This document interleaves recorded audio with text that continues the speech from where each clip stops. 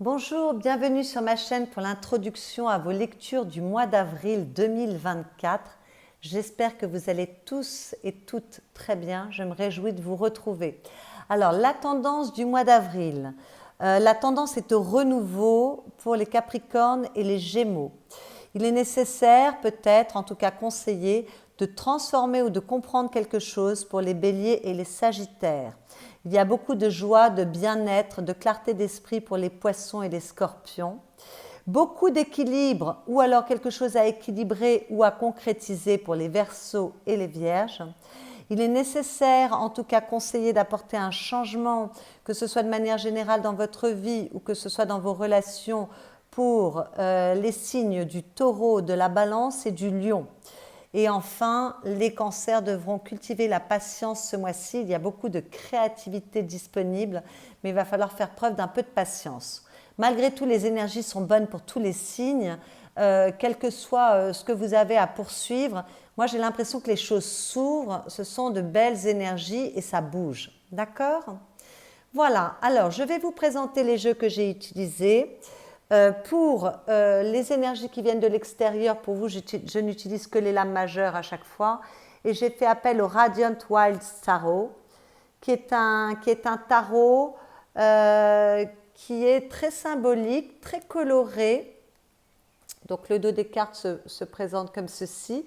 Le jeu est mat, d'accord, et très minimaliste, très moderne et abstrait en fait. Voilà.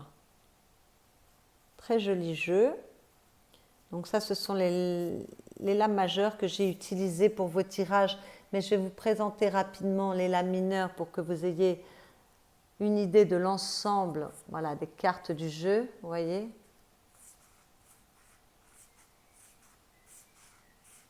Beaucoup d'abstractions, beaucoup de symboles, on est beaucoup dans des géométries.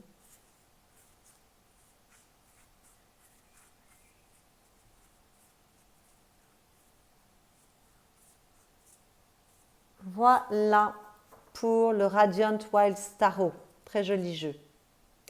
Pour vos lectures, l'ensemble de vos lectures, j'ai utilisé le tarot des éléments. C'est pareil, on est beaucoup dans le symbolisme des choses, ça fait un peu art premier.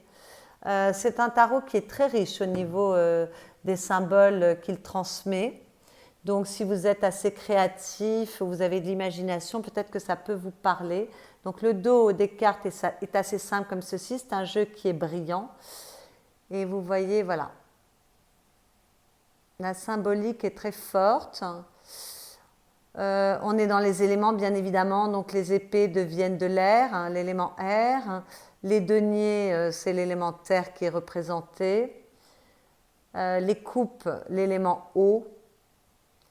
Et les bâtons, l'élément feu, bien évidemment. Chaque carte a un nom. Et puis, soit on vous met une phrase, soit on rattache cette carte à un dieu, une déesse. Voilà. Donc, vous avez petites informations supplémentaires, mais beaucoup, beaucoup, beaucoup de symboles. Donc, ça peut toucher votre inconscient. C'est assez riche. Si vous démarrez dans les tarots, ça peut être un peu complexe de démarrer avec cela. Ou alors, ça peut beaucoup vous aider parce que peut-être que la symbolique va vous parler et vous transmettre les bons messages au-delà de la théorie. Voilà. Très joli jeu, très intéressant. Pour vos énergies personnelles, je fais toujours appel à un oracle et ce mois-ci, j'ai fait appel à l'oracle du soleil.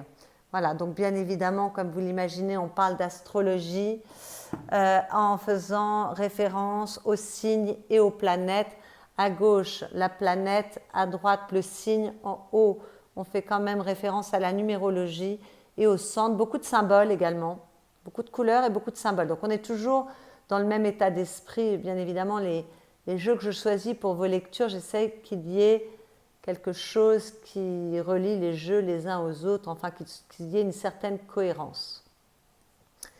Ce jeu est brillant. Il y a beaucoup, beaucoup, beaucoup de cartes.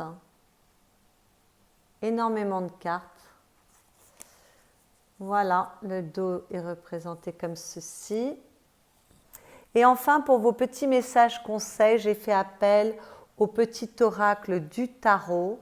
Donc, c'est le tarot de Marseille qui est représenté au dos des cartes. Et également, chaque carte correspond à une carte du tarot de Marseille, hein, une lame mineure ou une lame majeure, avec la carte dans le tarot de Marseille qui s'y réfère. Voilà, donc petit message conseil. C'est assez poétique, parfois il faut aller au-delà du message. Par exemple, l'empereur, solide, enraciné comme un arbre, les branches haut levées vers le ciel, le soleil se lève à l'est et se couche à l'ouest, c'est la loi. Évidemment, l'empereur, c'est la loi, c'est le cadre, d'accord? Comme elle est puissante et douce, cette loi juste, c'est elle qui peut renverser toutes les dictatures. Voilà. Donc, ce sont des messages assez poétiques. Il faut comprendre. En général, on comprend assez facilement ce que cela touche, hein, en fonction de ce que vous vivez. Voilà pour les jeux utilisés pour vos lectures du mois d'avril. Il ne me reste qu'à vous souhaiter un excellent mois d'avril, avoir les bonnes compréhensions, poser les bons changements, être capable d'accueillir le renouveau si c'est nécessaire, ou de voir les choses de manière claire et juste. Pour chacun, ce sera différent. Je vous souhaite d'avoir beaucoup de plaisir à écouter ces vidéos. En tout cas, moi, j'ai eu beaucoup de plaisir à les faire. Je vous souhaite un excellent mois d'avril et je vous dis à bientôt.